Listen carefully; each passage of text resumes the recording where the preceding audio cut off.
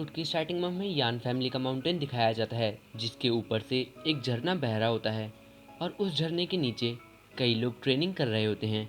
और तभी उनका मास्टर उनसे कहता है तुम्हें अपनी ट्रेनिंग जारी रखनी चाहिए और अपना पूरा पोटेंशियल निकालना चाहिए।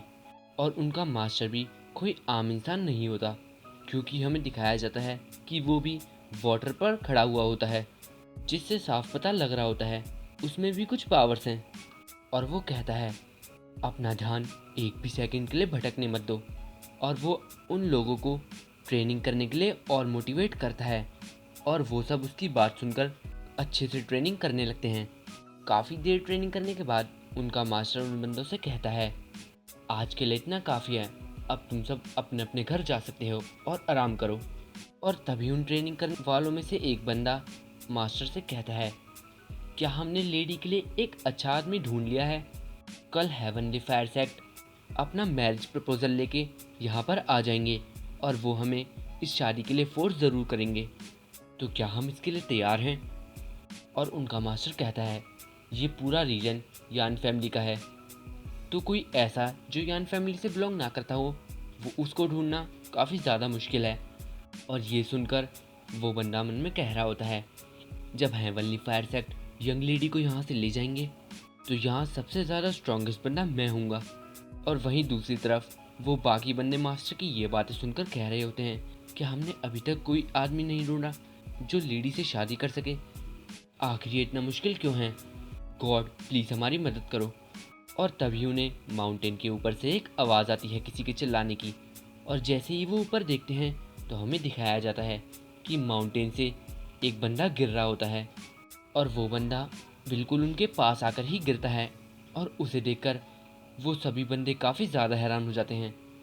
और जैसे ही वो बंदा पानी में से उठने की कोशिश करता है तो वो उस जगह को देखकर कहने लगता है आखिर मैं हूँ कहाँ और ये क्या चल रहा है?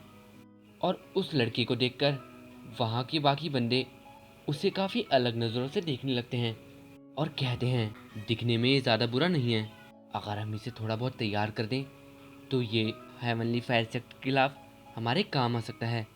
भगवान भी यान फैमिली की मदद कर रहे हैं।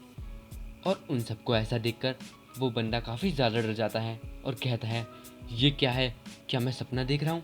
और तभी वो मास्टर उड़ते हुए उसके पीछे आ जाते हैं जिससे उस बंदे को लगता है कि वो कोई गॉड हैं। और तभी वो मास्टर उस बंदे से कहते हैं लड़के तुम लकी हो, अभी हमें एक सन इन लॉ की ज़रूरत है, तो तुम हमारे काम आ सकते हो। और ये सुनकर वो लड़का सोचने लगता है क्या सन इन लॉ, वो भी मैं? और वो काफ़ी ज़्यादा हैरान होता है। और तभी ये चीज़ सुनकर वो बाकी बंदे मास्टर से कहने लगते हैं क्या इससे पहले हमें इसे इन्वेस्टिगेट नहीं करना चाहिए? क्या हो अगर ये अनट्रस्टवर्दी हो, हम इसे लेडी का फ़ायदा उठाने नहीं दे सकते, जैसे ही वेडिंग हो जाएगी हमें इसे मार देना चाहिए। और तभी उनके मास्टर उनसे कहते हैं ये कल्टीवेटर नहीं है, तो हमें चिंता की कोई ज़रूरत नहीं है और इसे मारना काफ़ी क्रूअल होगा। हाँ, लेकिन हम इसका वो वेपन ज़रूर काट सकते हैं जिससे वो लेडी का फ़ायदा ना उठा पाए। और उनकी इन बातों को सुनकर वो बंदा काफ़ी ज़्यादा डर गया होता है कि कैसे वो लोग आसानी से उसके बॉडी पार्ट्स को और उसके वेपन को काटने वाटने की बातें कर रहे हैं। और वो बंदा दबे पाँव वहाँ से जाने की कोशिश करने लगता है और कहता है मैं नहीं जानता कि आखिर ये लोग हैं कौन, लेकिन अगर मैं यहाँ से नहीं भागता तो मेरी सेफ्टी की कोई गारंटी नहीं है। लेकिन इतने धीरे धीरे जाने पर भी उसे वो लोग वहाँ से भागता हुआ देख लेते हैं और उसे पकड़ने के लिए दौड़ पड़ते हैं उसकी तरफ।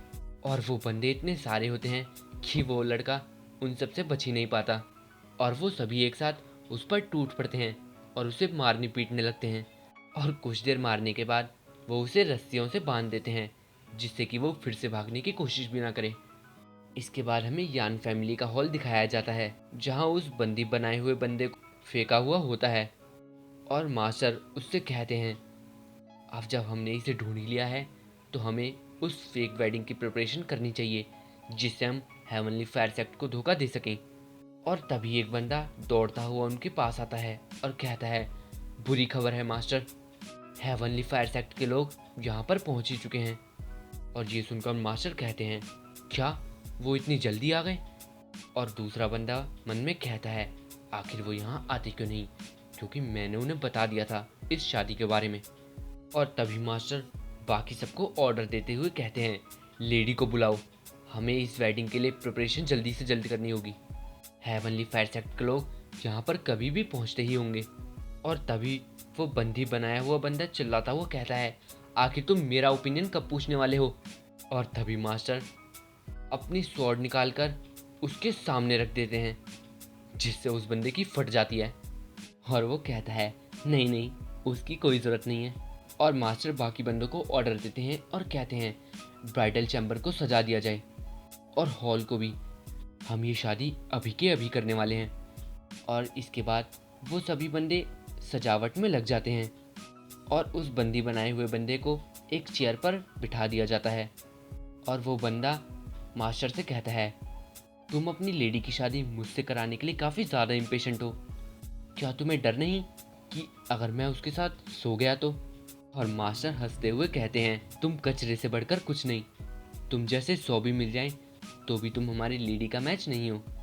और ये सुनकर वो बंदा मुंह बना लेता है और चिल्लाता हुआ कहता है, चाहे मैं एक मॉन्क ही क्यों ना बन जाऊं और मुझे अपनी पूरी लाइफ सिंगल ही क्यों ना बितानी पड़े, लेकिन मैं एक वाइफ को कभी नहीं ढूंढूंगा।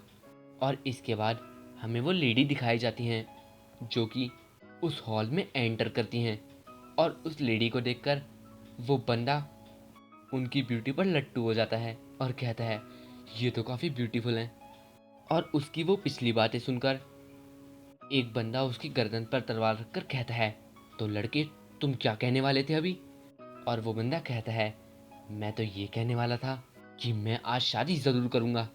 और न जाने उसमें ऐसी कौन सी शक्ति आ जाती है कि वो उस दूसरे बंदे की स्वॉर्ड भी तोड़ डालता है और अपने ऊपर बंधी हुई रस्सियाँ भी काट डालता है। इसके बाद मास्टर उसे कुछ पहनने के लिए कपड़े देते हैं और कहते हैं, जल्दी ये कपड़े पहन लो। और वो बंदा काफ़ी जल्दी ही वो कपड़े पहन लेता है। और इसी के साथ ही एपिसोड एंड हो जाता है।